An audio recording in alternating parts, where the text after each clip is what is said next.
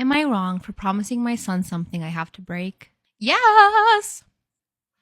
So my son isn't like the typical boy. Well, he plays football, is athletic, flirts with girls, goes to party, etc. But he has always been someone that really likes to take care of other people. It started when he was a child. We brought his sister home and he would sleep in her crib with her and take care of her as you would a parent. He wanted to be the one to feed her, play with her, put her to sleep. It was really adorable, but we put a stop to it because it got to the point where she only wanted to be around her brother and didn't care about her parents. She still prefers him, which is embarrassing, but at least she's not calling him dad anymore. He's also always saving animals and bringing them home. We're not big pet people, so we've never had pets before, but he has snuck in a kitten and nursed her in his room before we found out. His best friend has sort of a bad home situation, so he often does his homework for him, even though we tell him not to, and he brings him food that he cooks himself. It does stress me out that he seems to want to mother someone so bad. That's like having empathy. What?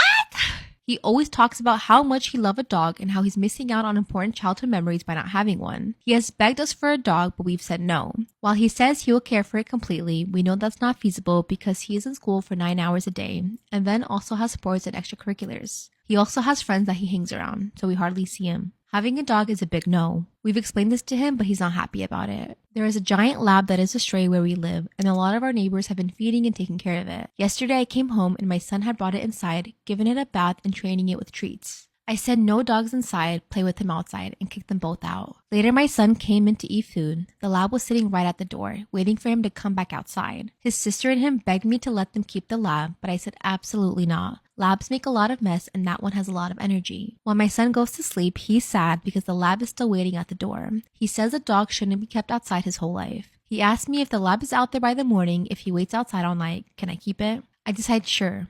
All night, him and his sister kept checking the door to see if the lab was still there, and it was. But I wasn't worried because I thought for sure it would be gone by morning, but it wasn't. He woke up in the morning and opened the door, and the lab was still there. Of course, they were celebrating keeping their lab, but I had to tell them absolutely not. I only said that because I thought he wouldn't be outside in the morning. I don't want a dog. My son said I'm breaking my promise and is upset at me. My daughter has been crying all day. So, am I the asshole? You lied.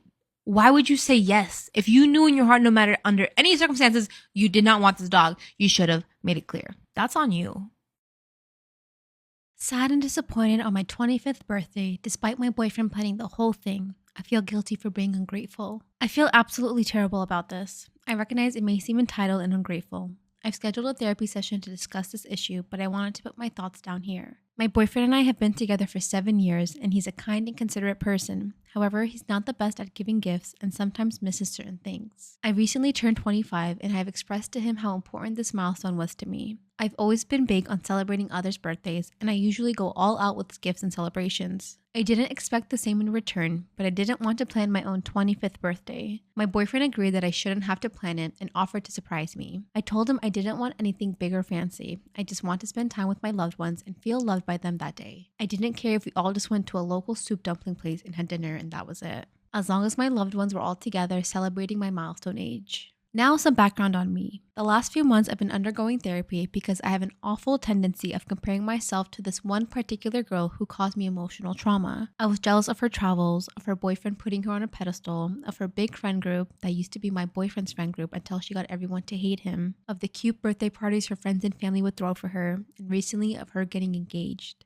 I've been trying to sort through this issue to always compare, but it kept coming back in the weeks leading to my birthday. I'd randomly break down over realizing I don't have people in my life who go through the same effort to plan things for her except my boyfriend. He's the one person who ever really put effort into making me happy and feel loved. But every now and then I'm reminded of my lack of community and I can't help but feel sad about it. I have my family and I do have friends, but none have really made an effort. More on that later. I've expressed these feelings to my boyfriend. We've talked about how nice it would be for this birthday to be different for me to not feel alone and instead feel loved by my family and friends. He agreed and would sometimes even hint that I am more loved than I know and that maybe I don't hear about plans because they're keeping it a secret for my birthday. He even alluded to reaching out to people himself so I could have a separate hangout with friends or family without me having to plan it. So I built this expectation in my head that either my family or my friends were planning something for my birthday. Keep in mind, I wasn't hoping for a party or a celebration or anything extravagant. I was just really thinking they'd plan a simple dinner, nothing fancy, just somewhere I can casually eat with my loved ones.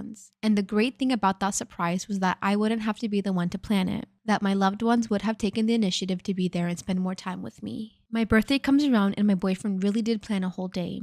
He got me roses, he took us to a mall we frequent, and we rode the Ferris wheel that overlooked the city skyline. He took me to an exhibit we found out was in our area. We walked around a museum, then he took me to the nicest restaurant I've ever eaten at and got me a custom ice cream cake with my favorite flavor of ice cream. It was a great day and I appreciated so much all the effort he put. Now comes the part where I was ungrateful and honestly a little hurtful to him. After that whole day, I kept thanking him for everything he did. But underneath me thanking him, it kept getting to my head that he was the only one who did anything. My family would have forgotten had I not reminded them. My family celebration was a last-minute dinner they asked me to plan, primarily focused on my sister's baby. Most of my friends forgot or asked me to plan something. I realized no one had anything planned. I mistakenly expected some sort of surprise and ended up with self-inflicted disappointment. So as I kept thanking my boyfriend, that gratitude turned into sadness because I realized he really is the only person who would make the effort. No one else did or would, and that was a really lonely feeling. He could sense my mood was shifting, so after we talked about it, I could tell I hurt him. His takeaway from everything I felt was that he wasn't enough for me, and despite him putting 100% of his effort in. This is where we established I needed therapy. Because when he said he put in 100% of effort, in my mind, I wish he had done more or done things differently. Because he planned a whole day for me, but what I thought was that he planned the wrong things. I felt guilty for thinking it.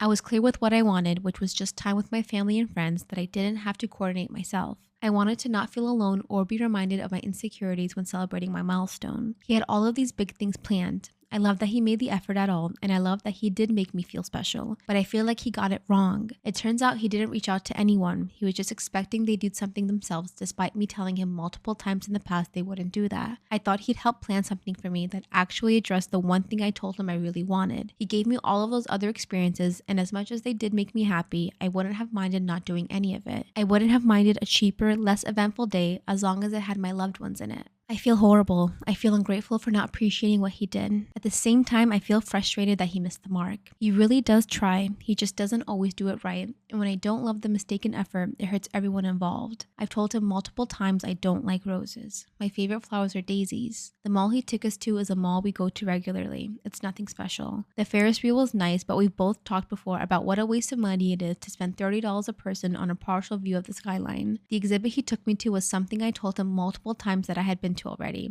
He says he didn't know I'd already seen it. The museum was a kids' museum. The restaurant was nice. I wasn't lying about that. But like I said, I didn't need a fancy restaurant. He tries, but I also feel like he doesn't listen to me, and I feel awful for feeling frustrated because I'm now getting upset over the one person who even did anything at all for me. Everything I'm feeling is so conflicted, and I know the root of it is my own insecurities and inability to deal with many of those issues. We're not talking right now. We agreed to talk once I speak with my therapist, but I just overall feel horrible about everything. Oh my God. Honestly, I feel that you are pointing the finger at the wrong person.